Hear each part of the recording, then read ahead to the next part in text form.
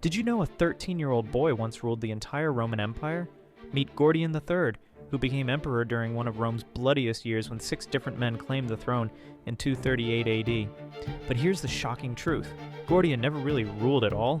His mother and powerful generals pulled every string while this teenager sat on the throne like a puppet.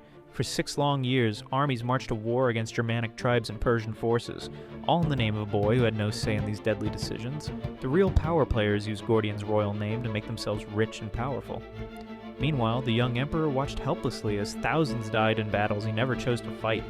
Then at just 19 years old, during a campaign against Persia, Gordian mysteriously died.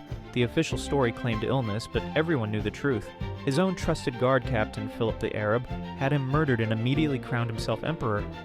Gordian's tragic story shows how brutal Roman politics could be when children became pawns in deadly games of power.